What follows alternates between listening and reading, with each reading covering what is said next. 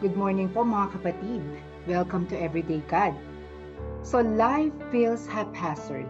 Random po ang ating buhay. You don't understand why the loving and caring God would allow all these things to happen in our lives. What we're going through, we just don't get it. Di po ba?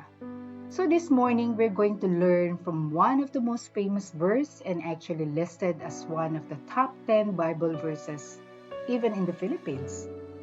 It's a comfort for a million of believers for centuries na po.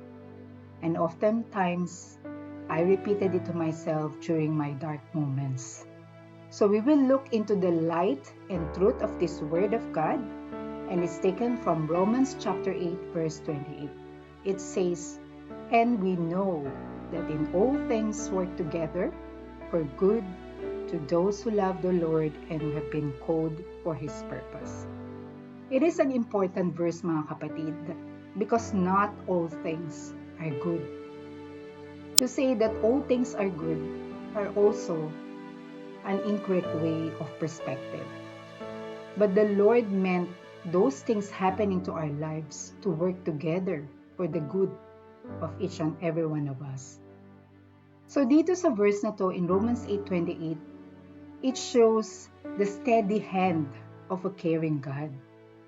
So, una po dyan, binanggit na ang first three words niya, it says, "and we know."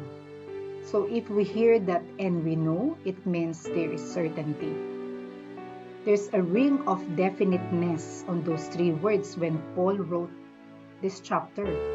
So, we should know with absolute knowledge. Yun po ang ibang translation yan. So, there's a lot of things that we don't know. Like, the time of our death, hindi natin alam.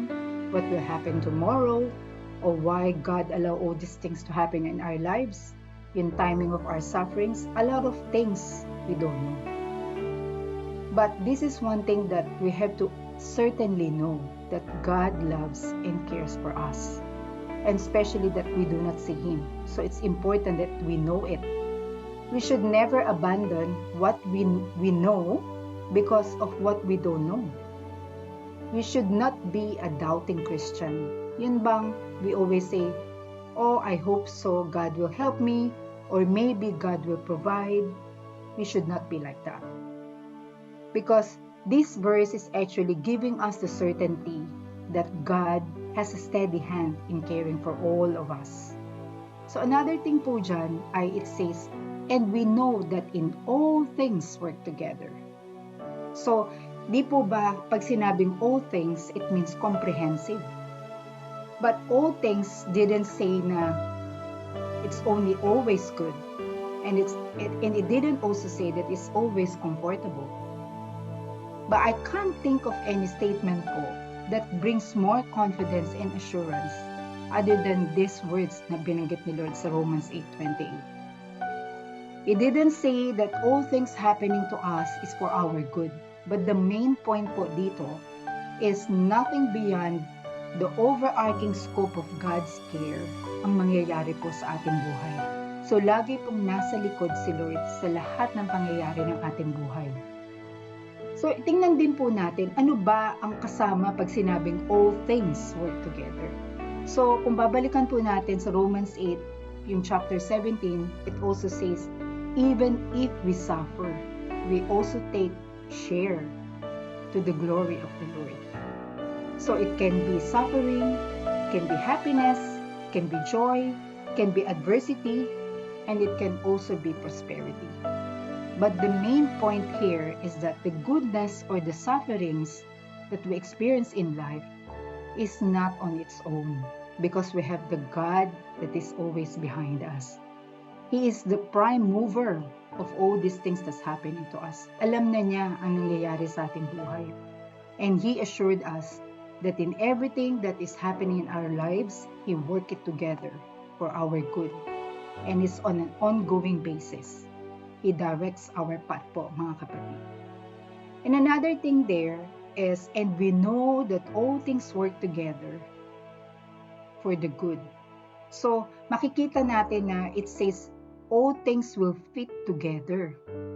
So, titingnan po natin yan in the perspective of yung chemistry lab ni Lord, no? So yung chemistry lab ni Lord ay hindi nagsasabi na every circumstances in our life is not the right combination. So when it comes to the chemistry lab of the Lord, it will produce great results because of the right combination na pinagsama ni Lord sa ating buhay.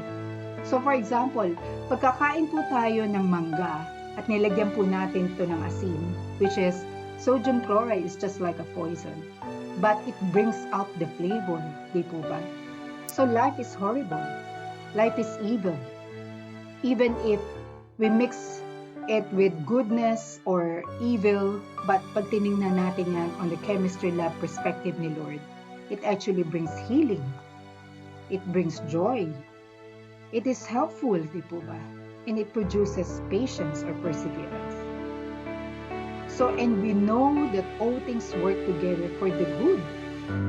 So the Lord allowed these things to happen in our lives to accomplish His goal in us.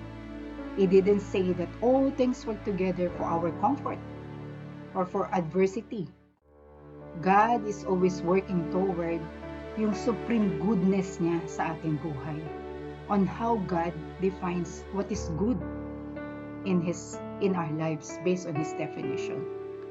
God will never waste our pain. God allowed suffering to accomplish the goal that He has in our lives.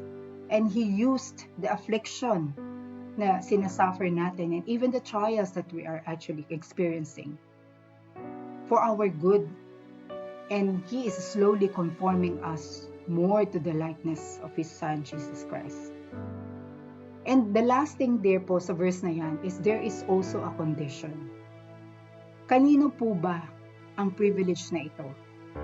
So, as we know that all things work together for good to those who love God and who are called for His purpose. So, it is definitely for us believers. It is not just for everyone. It is our privilege being the Son of God na meron tayong ganitong benefit. So, ngayong umaga mga kapatid, on how we look at this verse, this is how we should deal with our lives today. That we're actually experiencing certainty. We know na it is very comprehensive yung care ni Lord. We also know na all things will work together para sa ating buhay. And it's also with the right combination ibibigay ni Lord sa atin. And because we are believers, we are all privileged being His children. So can we actually say like what Job says in his a story? He says, even if you slay me, O Lord, I will continue to trust in you. Are we okay with that, mga kapatid? Magandang umaga po sa inyo lahat.